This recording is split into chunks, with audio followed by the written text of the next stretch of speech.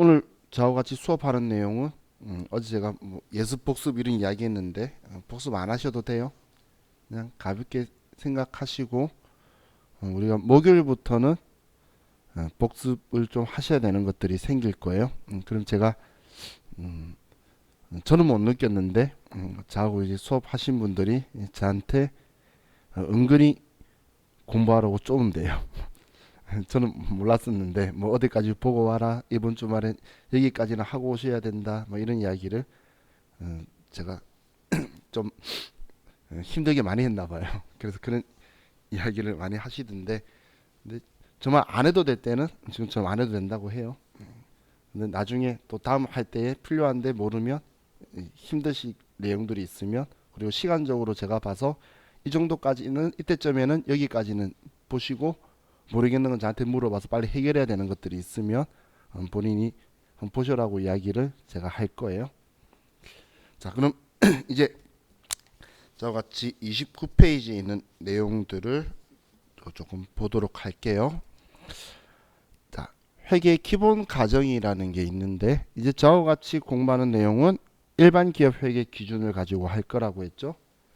근데 이 회계 기준을 만들 때에 자, 개념 체계라는 게 있고, 이 개념 체계를 토대로 해서 우리가 회계 기준을 만든다고 생각하시면 돼요. 그러니까 예를 들면, 자, 유사한 예로 우리가 관습이라는 게 있죠. 그럼 이 관습을 토대로 법을 만드는 거하고 비슷하게 생각하시면 돼요. 근데 회계 기준은 법이 아니에요. 법이 아니기 때문에 이걸 어겼다고 해서 우리가 형사 처벌을 받고 하는 건 아니에요. 대신 이 기준을 안 지켜서 남에게 피해를 주게 되면 그에 대한 이제 민사라든지 상법상의 손해 책임은 지게 되겠죠.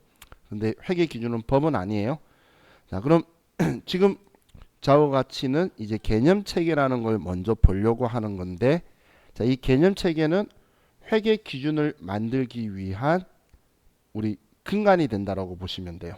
우리는 관습을 토대로 법을 만들죠. 그런 것처럼 개념 체계를 기준으로 해서 회계 기준을 제정을 하게 되는데, 자, 우리 시험에서 자, 이걸 가지고 이런 표현이 나올 거예요. 개념 체계와 회계 기준이 상충이 있을 경우에, 상충이라는 건 개념 체계에 있는 내용과 회계 기준에 있는 내용이 서로가 상이하다는 거예요. 다를 때에 어느 걸 따라야 되느냐라는 건데, 우리가 관습하고 법을 생각했을 때, 자, 얘 둘이가 서로 충돌이 난다면 우리는 법을 먼저 따라야 되겠죠. 그리고 이 법이 지금 시대에 맞지 않다면 일단은 따르고 그걸 개정을 해야 되는 것처럼, 우리 개념 체계하고 회계 기준에서도 상충이 있을 때는 먼저 회계 기준을 우선 적용을 해야 된다라는 거예요. 회계 기준을 먼저 우선 적용을 하고, 그리고 외부 이용자들이나 이런 분들에게 유용한 정보를 줄 수가 없다면 그때 이제 회계 기준을 개정을 해서 바꾸게 될 거예요. 시대적 트렌드에 맞춰 가지고 조금씩 바꿔가요. 특히 금융상품 이런 것들은 요즘 신기한 게 너무 많이 나와서 그런 거에 대한 것들이 계속 개정되면서 생겨나고 있더라고요. 자, 그래서 얘 두 개가 상충이 된다면 우리는 회계 기준을 우선 적용을 할 건데, 이 개념 체계의 내용에는 어떤 거의 가정, 어떤 거의 원칙 이런 표현을 써요. 근데 무슨 가정 뭐 이런 형식을 쓰면 개념 체계인 거고, 회계 기준은 뭐의 정확한 원칙이다, 규칙이다 이런 표현을 쓰게 될 거예요. 그럼 지금 작업 보려는 건 회계 기준이 아니고 개념 체계고, 근데 많은 분들이 이제 정석으로 공부하려고 처음 시작할 때 회계 기준서라는 걸 좀 보는데, 회계 기준서를 보면 일반 기업 회계 기준서 보면 제 카페도 올라와 있어요. 그 열면 한 900페이지 정도가 개념 체계가 먼저 적혀 있어요. 그럼 그것만 읽다가 일단 거의 다 퍼져요. 저도 몇 번 퍼졌어요. 그래서 개념 체계 띄워놓고 회계 기준 보고 다시 개념 체계를 봤는데, 근데 이 개념 체계는 회계는 어떠한 성격이 있어야 되고 어떻게 표현해야 되고 어떤 정보를 줄 수 있어야 된다. 이렇게 생각을 하고 해야 된다. 이런 내용들이 이제 개념 체계라고 보시면 돼요. 자, 그럼 그 중에 이제 우리 첫 번째 교재를 보면 자, 첫 번째 우리 전제 조건이 기업 실체 가정이라고 적혀 있죠.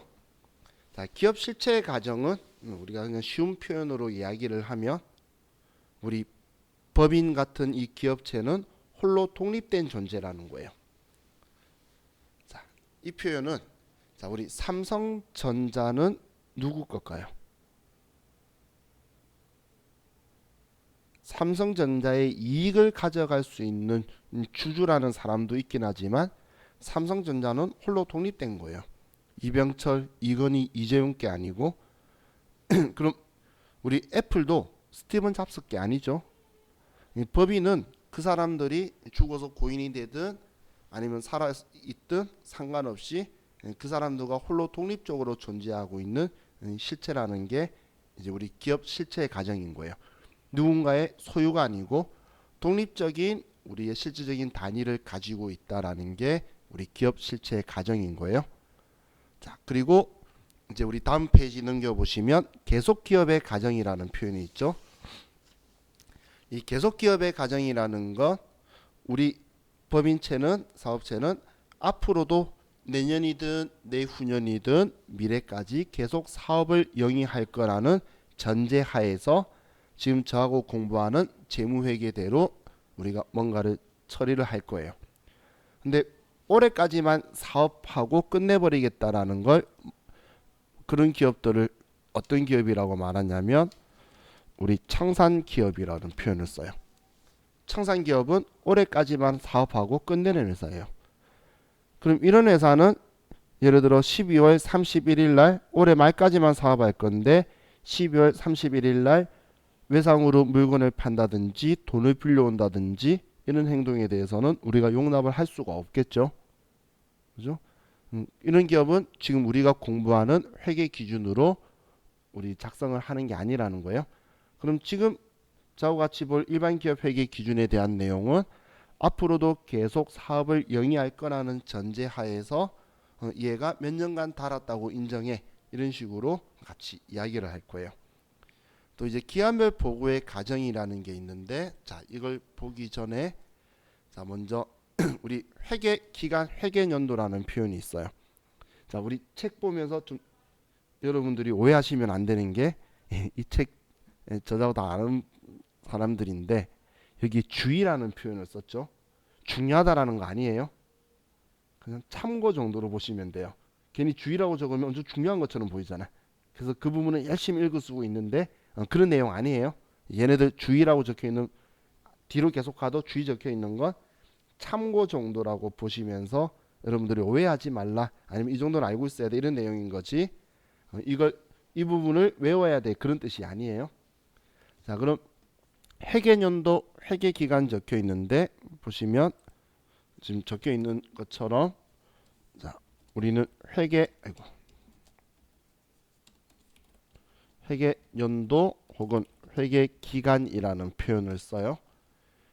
이 두 용어는 같이 쓸 건데 이거는 1년을 초과하지 않는 범위에서 기업이 임의적으로 설정이 가능해요. 설정이. 그럼 이 회계 기간이라는 건 언제 설정을 하냐면 자, 우리가 태어나면 우리는 출생이라고 하죠. 우리 사람들은. 근데 법인은 처음 태어나면 설립한다라는 표현을 쓸 거예요. 그럼 우리가 태어나면 주민등록번호가 생기는 것처럼 법인은 법인등록번호가 생기게 돼요. 법인인격체라고 인정을 해주니까 이제 법인등록번호, 우리는 주민등록번호가 생기는 것처럼 그게 생길 거예요. 그럼 그 법인을 설립을 할 때에 이 법인이 설립된 목적과 이 법인이 앞으로 사업을 어떻게 영위할 건지가 전부 다 들어가 있을 건데 근데 그 내용에 회계기간이라는 걸 쓰게 돼 있어요. 정관이라는 걸 만들어서. 근데 이 정관이 우리 상법이나 이런 데에서는 누구나 열람할 수 있는 곳에 상시 비치하라고 되어 있어요. 근데 회사 가면 참 신기하게도 신주단주 모시듯이 뭐 어딘가에 많이 넣어두시고 계신데 근데 이 정관을 열어서 보면 회계 기간이라는 개념의 글자가 적혀 있는 것도 있고, 막상 아마 여기 계신 대다수 분들이 그걸 열람을 하면 아예 회계 기간이라는 글자가 없는 걸 보시게 될 거예요. 아예 없어. 그럼 우리가 아무런 기간에 대해서 표시를 하지 않으면 이때는 우리는 회계 기간을 1월 1일부터 12월 31일로 하는 걸로 우리가 하는 거예요. 근데 일반적인 회사들은 그래서 1월 1일부터 12월 31일을 회계 기간으로 가지고 있고, 이 기간을 가지고 하는데 특수한 업종이 있을 수도 있어요. 여러분들이 보험업이라든지 금융업에 들어가시면 그 법인들은 2월 말 회계 법인도 있고 1월 말 회계 법인도 있어요. 근데 그런 특이한 경우가 아닌 경우에는 전부 다 1월 1일부터 12월 31일이에요. 자, 그럼 이 회계 기간은 우리 시험 때도 특이한 경우를 안 만들 거기 때문에 일단 우리는 전제를 이 기간으로 보고 계속 갈 건데, 근데 이론 시험에서는 1년을 초과하지 않는 범위에서 임의적으로 설정 가능하다라는 게 정확한 지문이라는 걸 인지하고 계세요.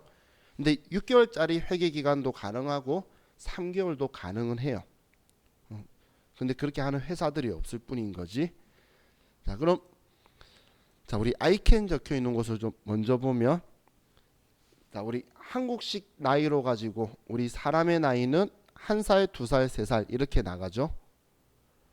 그럼 법인의 나이는 태어나자마자 한국식인 것처럼 1기, 2기로 기수를 따져 나갈 거예요. 1기, 2기로. 처음 설립되면 태어난 그 해가 1기예요. 1기. 그럼 이제 1기, 2기 이렇게 나가는데, 이제 기수를 가지고 있으면서 표현할 때, 자, 우리 교재에 보시면 적혀 있는 이 단기라는 이런 표현이 있죠. 자, 이 단기가 지금 현재 사업하고 있는 회계 기간을 우리는 단기라는 표현을 쓸 거예요.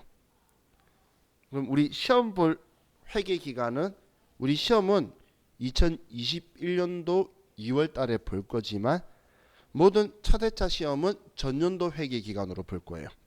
그리고 세법도 전년도 거에 따라서 한다라고 공지사항이 항상 나와요. 그럼 우리 시험 목적으로 우리는 회계 기간을 계속 2020년도 거를 잡고 가야 되는데, 그럼 이제 우리 앞으로 제가 표현할 때에 2020년을 단기라고 하고, 그러면 전년도인 2021년도는 전년도는 2019년도죠. 2019년도를 우리는 전기라는 표현을 사용을 할 거예요. 2019년이라는 표현보다는 전기라고 표현하면 2019년도를 이야기하는 거구나 라고 생각하시면 되고, 자, 그럼 내년인 2021년도를 우리는 차기라는 표현을 쓸 거예요. 순서대로 가면 전기, 단기, 차기 이렇게 순서로 되어 있는 거예요. 그럼 우리는 기자라는 표현을 쓸 건데, 올해 시작하는 날을 우리는 이번 기수에 시작하는 초라 그래서 기초라는 표현을 쓰고, 또 끝나는 날을 우리는 이번 기수의 말이라 그래서 기말이라는 표현을 쓸 거예요. 기말. 그럼 자, 이렇게 표현을 생각하시면 돼요. 2020년 올해 1월 1일을 우리는 표현할 때 단기의 기초라고 표현을 할 거고, 2020년 12월 31일을 단기의 기말이라고 표현할 거예요. 자, 그럼 이걸 조금만 더 응용을 해보면 2019년 12월 31일을 전기의 기말이죠. 근데 이건 무슨 이유인지 모르겠지만 전기말이라고 글자를 줄여서 써요. 전기의 기말을. 그리고 2021년도 1월 1일을 우리는 차기의 기초다. 이것도 저는 차기초라 할 줄 알았는데 이건 안 그러더라고. 그래서 차기의 기초다라고 표현을 할 거예요. 자, 그럼 여기에서 자 우리가 한번 생각을 해볼 부분이 자 올해 12월 31일은 얼마 남지 않았죠? 그럼 이 12월 31일 날 제아의 종소리와 함께 제가 가지고 있던 빚이 사라질까요? 만약에 그런다면 저는 엄청 아름다운 인생을 살 수 있을 텐데 그럴 확률은 없겠죠. 내년 1월 1일도 제가 가지고 있는 것도 그대로 가지고 있고 제 빚도 그대로일 거라는 거예요. 그럼 12월 31일 날 끝날 때와 내년 1월 1일 시작할 때의 둘이는 서로 차이가 발생할 일이 없겠죠. 그죠? 또 전기의 기말과 단기의 기초는 차이가 없다라는 거예요. 그래서 우리가 표현을 할 때 자, 전기말과 단기의 기초는 동일하다는 거예요. 또 단기의 기말과 차기의 기초는 동일하다는 걸 여러분들이 항상 인지를 하고 있어야 돼요. 우리가 올해 기초 정보가 필요한데 올해 기초 정보를 안 줄 때가 있어요. 그래서 다른 자료를 보면 전기 기말 정보가 있을 거라는 거예요. 그럼 우리는 전기 기말 정보를 단기의 기초 정보로 판단을 해서 이걸 사용하셔야 되는 거예요. 자, 그래서 그럼 올해 기말께 차기의 기초하고 동일하다는 건 단순하게 우리 생각할 수가 있겠죠. 자, 이 표현은 나중에 제가 또 계속 이야기를 할 거예요. 왜냐면 우리 기초가 얼마예요? 라고 제가 물어봤을 때 여러분들이 막 찾으실 거예요. 그때 전기말 거 이야기하면 아 그때 그렇게 이야기했지 라고 생각을 하시게 될 거예요. 얘 둘이는 같다라고 생각을 하세요. 자 그럼 우리가 일상생활에서 이런 표현을 쓰죠. 12월 31일에서 얘를 1월 1일로 넘기는 걸 2월이라는 표현을 쓰겠죠. 그럼 2019년 12월 31일에서 올해 2020년 1월 1일로 넘어오는 걸 이걸 우리 전기 2월 된 자료라고 표현을 할 거고 올해 2020년 12월 31일에서 내년 2021년 1월 1일로 넘길 자료다라는 걸 차기 2월 정보다라고 표현을 할 거예요. 내년으로 이걸 넘길 거란 뜻이에요. 근데 지금 제가 표현하는 게 2월이라는 표현 우리 평소에도 쓰시죠? 전에 옛날엔 TV에서 뭐 데이터도 2월 한다 뭐 이런 표현을 쓰죠. 그러면 한 분은 넘기는 걸 2월이라고 이 표현을 쓰는데 사실 2월은 이 앞에 있는 적혀 있는 이 이자는 이사하다 할 때 이동할 때 이자고 월은 우리 달월자예요. 그래서 표현 중에 자 이런 표현이 있어요. 2020년에서 2021년도로 넘기는 걸 이걸 뭐라고 하냐면 이연이라는 표현을 쓸 거예요. 이건 이동하다 할 때 이자에 해년자예요. 그럼 이걸 이연 작업을 하는 걸 나중에 올해 12월 31일자를 기준으로 해서 이건 내년 거야 라고 넘기는 작업을 저와 같이 이연한다라고 하면서 수정 분계라는 이런 공부를 하게 될 거예요. 그래서 영어를 알고 보면 별말도 아니에요. 이원은 달을 넘기는 거고 이연은 해를 넘기는 거구나. 그냥 이렇게 생각을 하면 되겠죠. 그래서 우리가 이월은 잘 쓰는데 이연은 잘 안 쓰다 보니까 처음 들으면 특이한 거라고 오해를 하시는데 별건 아니에요. 해를 넘기는 작업이에요. 그럼 우리가 12월 31일이라는 날짜를 어떻게든 기말이라는 표현을 많이 쓰겠죠. 근데 이 기말이라는 표현을 쓰는데 12월 31일을 자, 근데 우리 교재를 다시 보시면 기간별 보고의 과정이라는 게 있죠. 이 기간별 보고의 과정이라는 것 법의 인격체라고 말한 이 법인은 최소한 이 1회계 기간 동안에 한 번 이상은 얼마 벌었는지 재산이 얼마인지를 외부 이용자한테 보고를 하라는 거예요. 이게 기간별 보고의 과정인데 그럼 여러분이 봤을 때에 우리가 얼마 벌었다라고 보고를 할 거면 1월 1일부터 12월 31일까지 여기까지 번 걸 가지고 얼마 벌었다고 하는 게 낫지. 지금 이만큼만 번 걸 이야기하고 그럼 이 부분을 또 이야기하고 하면 오히려 이게 더 번잡하겠죠. 그리고 여러분들이 법인 결산이라는 이야기를 들어보신 적이 있으신 분도 있을 건데 이 법인 결산하는 작업을 하는 게 쉽지가 않아요. 근데 이걸 여러 번 하는 회사는 그냥 우스갯소리로 들어가지 말라는 이야기를 우리끼리는 해요. 일이 엄청 힘들어요.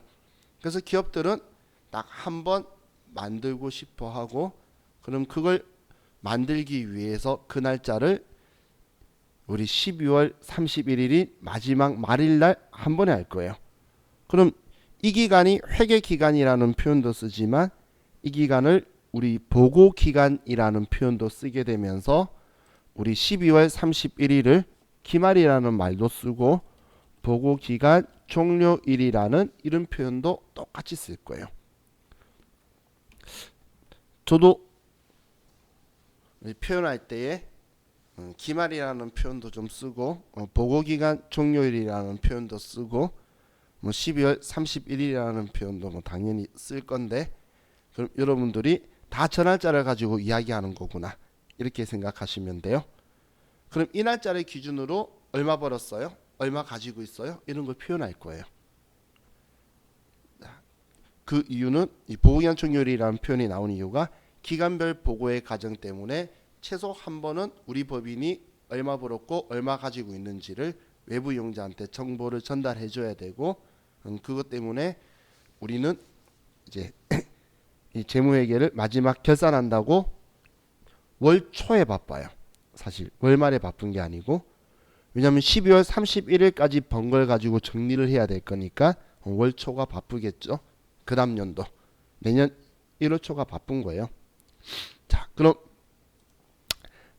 우리가 지금 여기까지의 기본적인 가정을 봤는데 자, 우리 6번에 발생주의라고 적혀 있는 것 그건 이따 나중에 뒤에서 보시면 금방 이해되는 거니까 지금 말고 좀 이따 설명을 드릴게요. 자, 그럼 이제 회계 정보의 질적 특성이라는 게 있는데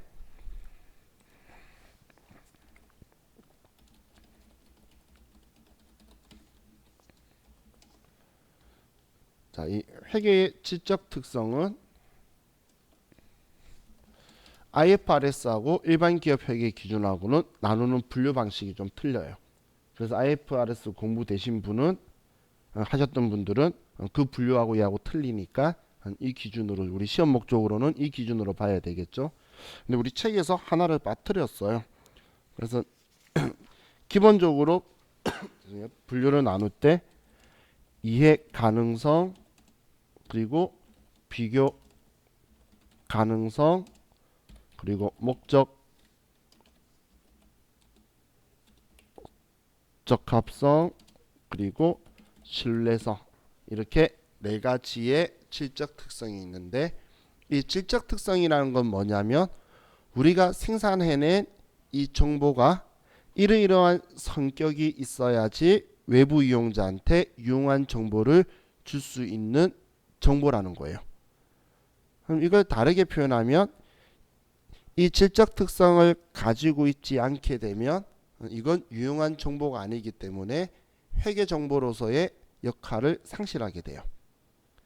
자, 예를 들어서 여러분들이 만든 이 회계 정보가 외부 이용자한테 유용한 정보를 준다라고 작성했는데 외부 이용자가 도대체 무슨 말인지 이해를 못해요. 그렇다면 그 정보는 쓸모없는 정보죠. 그죠? 또 비교 가능성이라는 건 얘는 우리 기간의 비교가 있고 그리고 기업 간의 비교가 있어요. 기간의 비교와 기업 간의 비교가 있는데 자, 예를 들어서 우리 회사가 올해 10억을 벌었어요. 사업을 잘했나요? 그건 알 수 없는 거죠. 올해 10억을 벌었대. 근데 전년도에 봤더니 1억을 벌었었어요. 그렇다면 전년도에 1억 벌었는데 올해 10억 벌었으면 우리 회사는 올해는 사업을 잘했죠. 그런데 전년도에 예를 들어서 100억을 벌었었어요. 근데 올해 10억을 벌었다면 올해는 좀 많이 힘들었던 거죠. 그런 것처럼 우리는 최소한 2개 이상의 정보를 2개 회계 기간 이상의 정보를 생성을 해서 비교할 수 있도록 외부 이용자한테 제시해 주라는 거예요. 자, 지금 저도 사업체를 하고 있는데 제가 사업하고 있는 사업체가 연간 순이익이 100억이 나온다면 엄청 잘 된 거예요. 근데 저희 회사가 100억이라고 말을 한 거랑 삼성전자가 100억 순이익이 나왔대. 둘 다 똑같이 100억이라고만 말했을 때에 삼성전자는 여러분들이 평소에 이익이라든지 매출을 아니까 저 회사 망해가나라는 생각이 들죠. 그건 비교 가능성이 생기기 때문이에요. 근데 그런 규모로 모르는 저희 회사를 봤을 때는 잘 된 건지 안 된 건지 알 수가 없죠, 올해.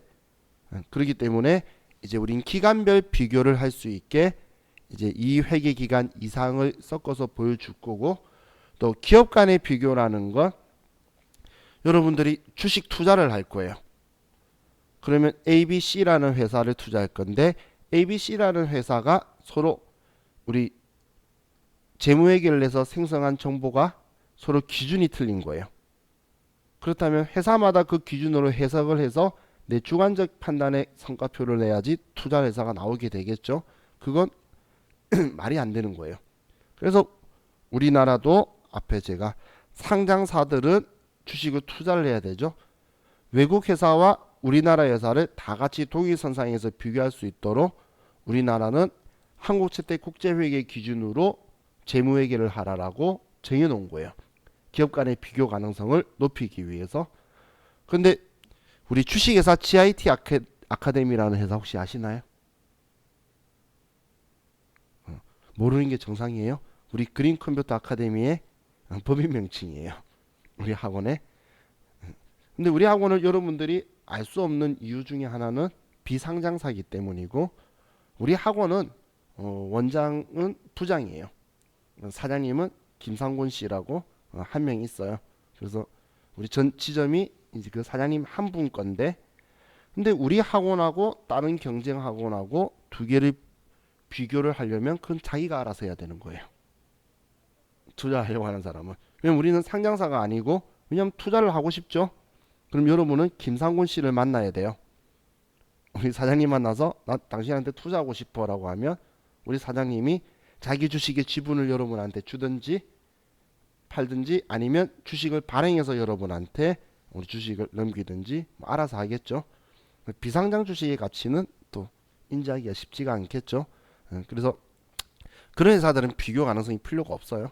하지만 우리 상장사들은 필요하겠죠. 그래서 같은 회계 기준을 사용하도록 하고 있고, 그리고 기간의 비교를 하기 위해서 우리는 2개 이상의 회계 연도에 우리가 보고서를 작성을 할 거예요. 자, 제가 이 2개를 먼저 말했는데 사실 이 2개 목적 적합성과 신뢰성 이 두 개를 우리는 주요 질적 특성이라고 해요. 목적 적합성과 신뢰성을 우리 주요 질적 특성이다라고 하는데, 이 주요 질적 특성에는 하부 속성이 있어요. 자, 그래서 우리 교재에 있는 것처럼 목적 적합성의 하부 속성에는 예측 가치, 그리고 피드백 가치, 그리고 적시성이 있고, 또 신뢰성에는 검증 가능성, 표현의 충실성, 그리고 중립성이라는 게 있어야 된다는 거예요.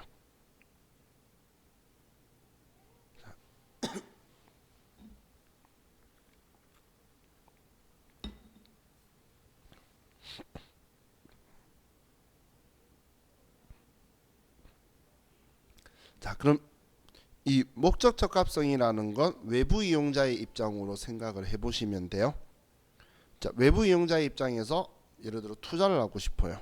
그럼 이 회사가 그 회사의 경기가 실적이 좋았다 안 좋았다라는 이런 우리 롤러코스터처럼 이런 그래프 형태를 그리겠죠. 그럼 지금 이 시점에는 잘 돼야 되는데 이렇게 우리가 예측을 할 수 있어야 되고, 피드백 가치, 그럼 지금점이 내가 투자할 적기다라는 걸 내가 그 판단을 할 수 있어야 되고, 혹은 내가 지금 이때 사면 좋을 것 같아라고 하고 시간이 지났다가 뒤에 그 시점이 그렇게 되었구나라는 피드백 가치는 한국말로 확인적 가치예요. 가치. 그럼 적시성이라는 건 지금 내가 투자를 하고 싶으면 지금 필요한 정보를 받아야지, 작년 거나 재작년 걸 받으면 쓸모없는 정보라는 거예요. 필요로 할 때 그때그때 필요한 정보가 적시에 제공이 되어야 회계의 주요 실적 특성 중 하나인 목적 적합성을 높일 수 있다는 거고, 근데 이렇게 만들어진 회계 정보가 믿을 수가 있어야 되겠죠. 그럼 믿기 위해서는 검증이 가능해야 돼요. 근데 이 검증 가능하다는 게 1 더하기 1은 2야라고 딱 나와야 된다는 게 아니라 여러분이 생각했을 때도 인정할 수 있을 정도의 수준이어야 된다는 이야기예요. 자, 예를 들면 자, 제가 1년 동안 1000만 원을 번다라고 여러분한테 말했어요. 자, 그럼 제가 1000만 원 정도 벌 수 있겠죠? 힘들 것 같나요? 자, 1년 동안 저 사람 한 달에 뭐 100만 원 정도는 벌겠지라고 여러분들이 인정을 하면 그럼 제 1년 동안 1000만 원 번다라고 표현한 거에 대해서는 검증이 되는 거예요. 근데 제가 저 1년 동안 100억 벌어요 라고 말했어요. 믿음이 안 가죠. 근데 어떻게 생각을 하려고 해도 한 달에 10억 정도를 번다? 검증이 불가능하죠. 그러면 제 정보를 못 믿겠다라는 거예요.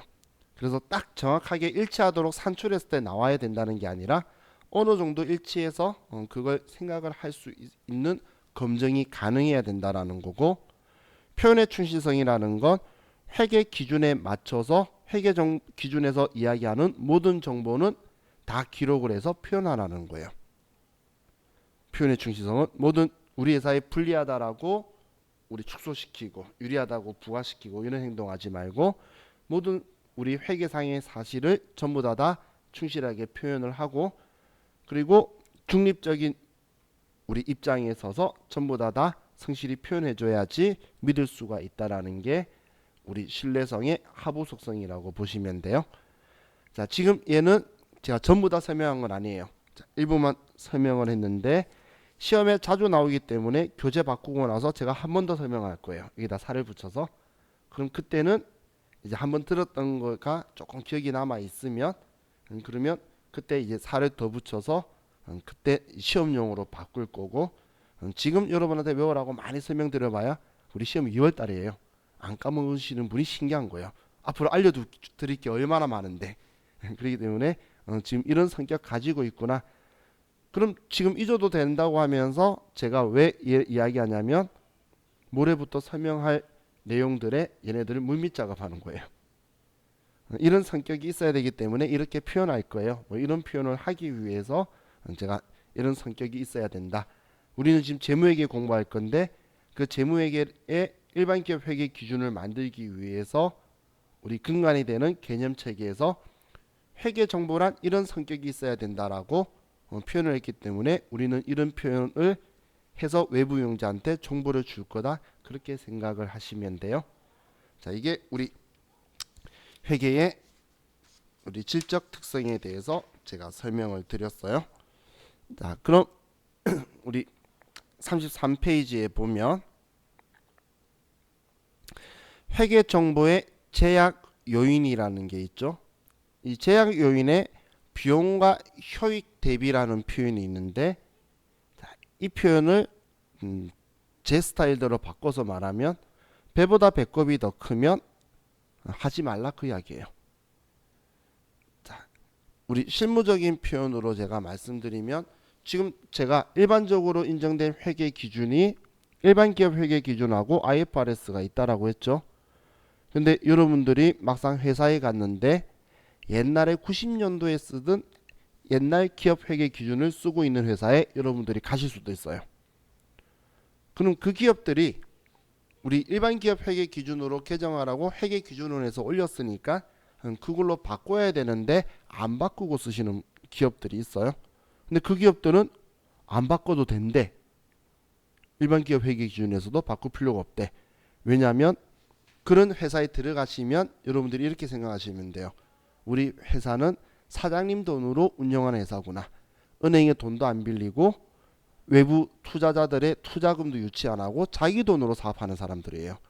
그런 사람들은 외부 이용자가 중요하지가 않겠죠.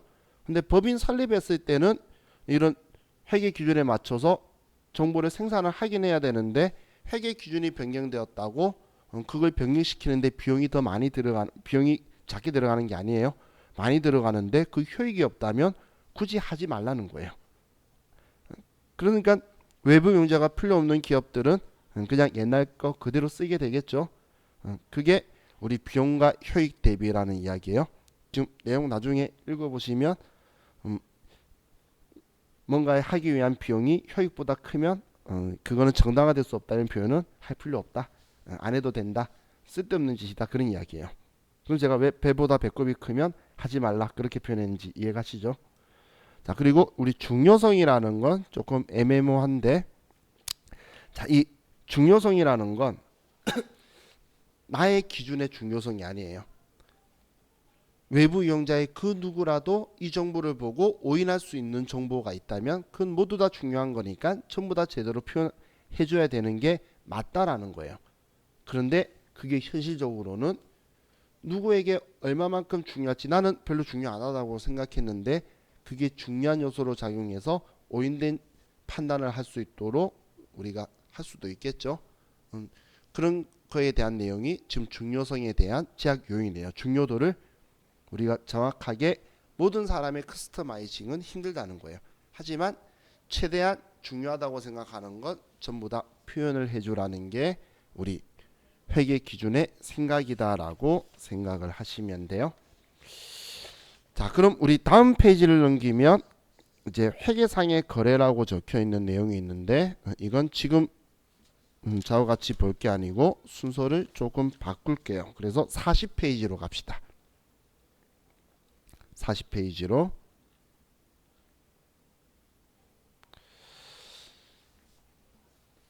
자, 40페이지로 가서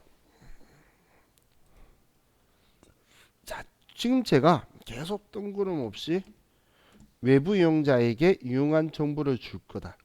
이런 이야기를 계속 하고 있었죠.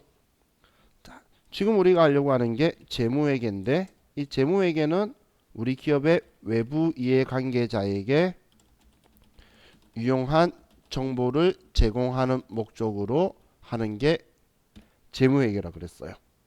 그럼 우리는 유용한 정보를 어떻게 제공해 줄 거냐 그거예요. 지금 유용한 정보를 줄 거라고 이야기는 계속 했는데 그럼 도대체 어떻게 제공해 줄 거냐 그 부분을 보려고 하는 거예요. 그럼 이 재무회계에서 유용한 정보를 제공해 주는 수단이 재무제표라는 게 있어요. 재무제표. 자, 이 재무제표는 5가지가 있는데 하나는 재무상태표, 그리고 손익계산서, 현금 흐름표, 자본 변동표, 그리고 주석 이렇게 5가지로 구성이 되어 있어요. 이 재무제표는. 자, 그럼 이 재무제표라는 건 외부 이용자한테 유용한 정보를 제공하려고 우리가 이제 작성을 하게 되는 건데 지금 이 5가지 중에 외부 이용자한테 중요하지 않는 거는 단 하나도 없어요. 전부 다 중요해요. 근데 하지만 자, 우리한테 이제 회계 담당자인 우리한테 그리고 우리 기업에 크게 관여하려고 하는 회사가 아닌 회사한테마저도 중요한 재무제표가 이 재무상태표와 손익계산서예요. 그래서 이 2개를 이제 주요 재무제표라고 표현을 하는데 자, 이 2 재무제표를 재무상태표를 자주 표현하기 때문에 자, 얘를 우리는 영어 약으로 FP라는 영어를 원래 쓰는 게 원칙이에요. FP가 재무 상태니까 영어로 파이낸스 포지션이라고 하는 건데, 그런데 이 재무 상태표의 옛날 이름이 뭐냐면 대차대조표예요. 이 대차대조표가 일반 기업 회계 기준으로 변경이 되면서 재무 상태표가 됐는데, 아이고, 영어로 됐는데 아무도 말 안 해주시고. 자, 그럼 이 대차대조표인데, 이 대차대조표의 영어 약어가 BS라는 용어를 쓰게 돼요. 그러면 우리는 재무상태표의 약어가 틀린 건데, 나중에 여러분들이 실무에 가시면, 그리고 나중에 저와 같이 이제 세무 1급도 공부하시는 분들이 있으시면 말할 때에 한글로 쓸 때는 재무상태표라고 쓰면서 시험 문제에서마저도 BS상이라는 표현을 써요. 그럼 이 약어가 틀리게 됐죠. 근데 우리 실무나 이런 데서 왜 재무상태표를 BS라고 쓰냐면, 우리는 결국엔 세무회계를 할 거라 그랬죠. 근데 세무회계에서 법인에서 제일 걱정하고 관심이 많은 게 법인세예요. 부가가치 10%는 내 돈도 아니고 얼마 안 돼요. 근데 법인세는 내가 내야 되냐 말아야 되냐가 20% 정도 움직여요. 그럼 규모가 엄청 크겠죠. 그럼 우리 법인세 쪽을 생각을 많이 할 건데, 법인세 신고할 때도 우리는 이 재무제표를 제출하는데 그 재무제표에 표준대차대조표라는 표현을 써요. 아직까지 법인세법은 그걸 바꿀 생각이 없어요. 아마 회사 다니시면서 우리 회사가 은행 대출 받아야 돼서 우리 재무제표를 그 세무사무실이나 회계사무실에 주세요라고 하면 그 사람들이 표준대차대조표, 표준손익계산서 이런 걸 만들어서 주는 걸 보신 적이 있으신 분도 있으실 텐데, 그게 우리 법인세법은 그냥 아직 대차대조표라고 써요. 근데 일반 기업 회계 기준하고 IFRS는 원래 이 용어를 썼지 BS라는 표현을 안 썼기 때문에 지금 우리 실무에서는 재무상태표와 BS라는 말을 같은 것처럼 써요. 근데 이거라고 제가 원칙대로 설명을 드려야 될 건데도 저도 BS라는 표현을 일부러 써드리는 이유가, 회사 갔을 때 BS라고 하면 재무상태표구나라고 인지해서 재무상태표를 생각하셔야 되기 때문에 제가 이 두 개를 좀 섞어서 표현을 할 거예요. 자, 그리고 손익계산서는 영어 약어로, 얘는 영어 약어로 IS라는 표현을 써요. Income Statement라고 해서 IS라는 표현을 쓰는데, 이 두 개에 대한 정보는 외부 이용자한테 우리가 많은 정보들을 주기 때문에 자주 언급이 돼요. 그래서 여러분들이 공부하시다 보면 BS상, IS상 이런 표현을 쓰는데, 그게 재무상태표상, 손익계산서상의 정보다 이런 표현으로 이제 표현을 하게 될 거예요. 근데 저 영어 못해요. 그래서 현금흐름표, 자본변동표, 주석은 이 영어가 뭔지 몰라요. 근데 몰라도 이쪽으로 먹고 사는데 아무런 지장이 없더라고요. 그래서 여러분들한테는 죄송하지만 제가 못 알려드릴 것 같아요. 근데 얘네들은 먹고 살려면 알아야 되는 약어니까 저렇게 쓰는구나라고 익숙해지시면 좋을 것 같아요. 자, 그럼 이제 우리 쉬었다가 이제 40페이지부터 이제 얘네들이 어떤 건지 이제 제가 하나씩 설명을 드릴게요.